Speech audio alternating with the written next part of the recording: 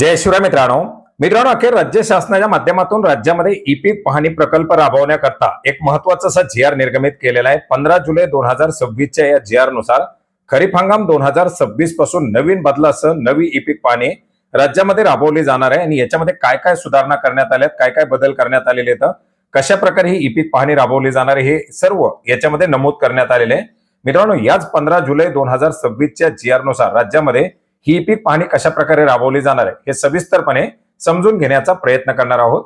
मित्रांनो, ई पीक पाहणीच्या संदर्भातील प्रस्तावना देण्यात आलेली की कशा प्रकारे राज्यामध्ये ई पीक पाहणी राबवली जात होती, याच्यामध्ये केंद्र शासनाची ई पीक पाहणी प्रायोगिक तत्वावरती कशी आणण्यात आली आणि आता पूर्णपणे राज्यामध्ये ही डीसीएस अर्थात डिजिटल क्रॉप सर्व्हे महाराष्ट्र ऍप्लिकेशनच्या माध्यमातून 100% ई पीक पाहणी राबवण्यासाठी ही सूचना देण्यात आलेली आहे। आता याच्यामध्ये आपण पाहू शकता, दरवर्षी लागवड केलेली पिकं शेतात उभी असताना केव्हाही म्हणजे लागवड केल्यापासून कापणीपर्यंत किंवा शासनानं ज्या पिकासाठी जो कालावधी निश्चित केलेला आहे किंवा राज्य शासनाच्या माध्यमातून ठराविक जो काही अधिकारी असेल, ज्या अधिकाऱ्याला हे अधिकार देण्यात आलेले आहेत त्यांच्या माध्यमातून निश्चित केलेल्या तारखेच्या दरम्यान ही ई पीक पाहणी केली जाणार आहे। आता याच्यामध्ये 15 जुलै पासून 30 सप्टेंबर असू शकते, 1 ऑगस्ट पासून 15 सप्टेंबर असू शकते, जी तारीख निश्चित केली जाईल त्या तारखेनुसार ही ई पीक पाहणी सहाय्यकानं शेतात प्रत्यक्ष पाहणी करून केंद्र शासनाच्या DCSMH या ऍप्लिकेशनच्या माध्यमातून नोंद करणं आवश्यक राहणार आहे। अर्थात सहायकाच्या माध्यमातून विहित केलेल्या कालावधीमध्ये ही ई पीक पाहणी केली जाणार आहे।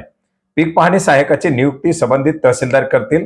1000 ते 1500 ऑनर प्लॉटसाठी किमान एक ई पीक पाहणी सहायकाची नियुक्ती केली जाणार आहे। मोठी गावं असतील तर मोठ्या गावामध्ये 2, त्याच्यापेक्षा मोठं गाव असेल तर 3, म्हणजे प्लॉट 1000 ते 1500 प्लॉटसाठी एक सहायक, अशा प्रकारे ही नियुक्ती केली जाणार आहे।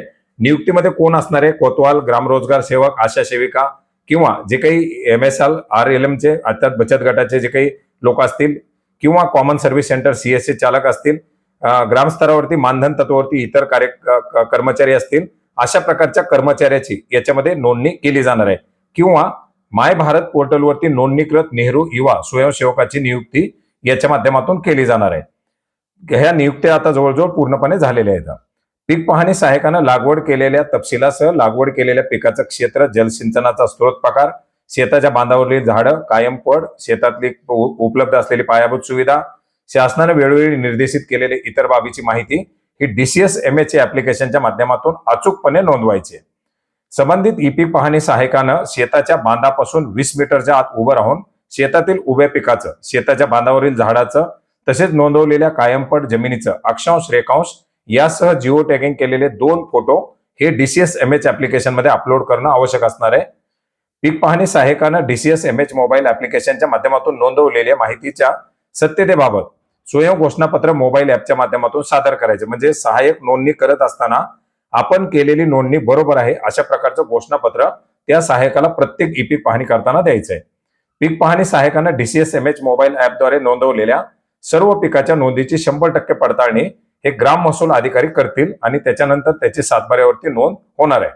पीक पाहणी सहायकानं DCSMH मोबाईल ऍपद्वारे नोंदवण्यात आलेली पीक पाहणीची माहिती तलाठी अर्थात ग्राम महसूल अधिकारी पडताळणी अंतर चुकीची किंवा वस्तुस्थितीची विसंगत आढळल्यास ती पीक नोंद रद्द केली जाणार आहे। सदर क्षेत्राची पीक नोंदणी पुन्हा करण्यासाठी ते क्षेत्र DCSMH मोबाईल ऍप मध्ये पुन्हा सहायकाला उपलब्ध करून दिलं जाणार आहे। याच्या संदर्भात जर काही शेतकऱ्यांच्या तक्रारी तलाठी कार्यालयाला आल्या किंवा त्याच्यामध्ये जर काही विसंगती दिसून आली तर ती ई पीक पाहणी रद्द केली जाणार आहे।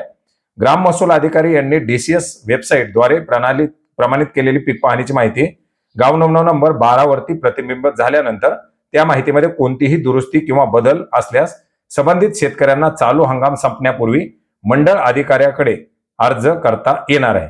आता याच्यामध्ये जर एखाद्या शेतकऱ्याला तलाट्यानं ई पीक पाहणी अप्रूव्ह केल्यानंतर सुद्धा जरी काही समजा त्याच्यामध्ये तक्रार असेल तर त्या शेतकऱ्याला मंडळ अधिकाऱ्याकडे अर्ज करता येणार आहे। संबंधित शेतकऱ्याकडून अर्ज प्राप्त झाल्यानंतर मंडळ अधिकारी शक्य तितक्या लवकर चालू हंगामापूर्वी सदर अर्जाची दखल घेऊन नोंदीची पडताळणी करतील। चुकीची जर असेल तर ती दुरुस्त केली जाईल आणि जर नसेल तर ती कायम ठेवली जाणार आहे। पीक पाहणी सहायकानं DCS मोबाईल ऍपद्वारे नोंद केलेली ग्राम महसूल अधिकाऱ्याच्या माध्यमातून पडताळणी करून सत्यापित केलेली मंजूर केलेली ई पीक माहिती जोपर्यंत ती वस्तुस्थितीच्या विरुद्ध असल्याचं सिद्ध होत नाही तोपर्यंत सर्व शासकीय योजना लाभ जसे की पीक कर्ज, पीक विमा, शासनाने अधिसूचित केलेल्या कृषी योजनांसाठी वैध मानण्यात येणार आहे। याच्यामध्ये जे काही फळबागा असतील, काजू, आंबा, पेरू, चिक्कू याची नोंदणी झाल्यानंतर संबंधित फळबाग शेतामध्ये अस्तित्वात असल्याचे गृहीत धरून सलग 3 वर्ष पुन्हा नोंदणी करणं आवश्यक राहणार नाही.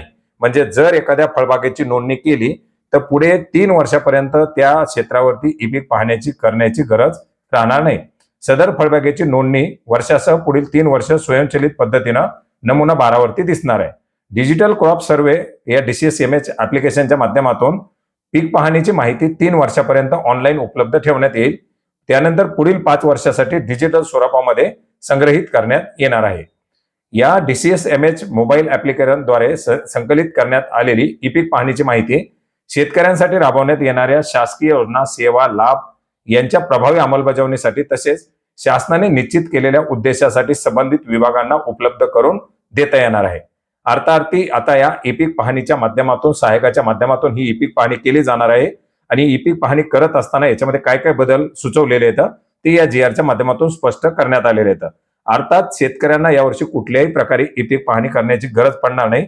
पूर्णपणे ई पीक पाहणी ही सहायकाच्या माध्यमातून केली जाणार आहे आणि सहायकाच्या माध्यमातून ई पीक पाहणी करून घेण्याचं जे टार्गेट असेल ते तहसीलदार यांचं असणार आहे. तहसीलदारांच्या माध्यमातून याच्या संदर्भातील पूर्णपणे देखरेख केली जाणार आहे. मित्रांनो, हा महत्वाचा असा GR आपण maharashtra.gov.in या संकेतस्थळावरती पाहू शकता. याची लिंक आपल्याला व्हिडिओच्या डिस्क्रिप्शन बॉक्समध्ये मिळेल. धन्यवाद.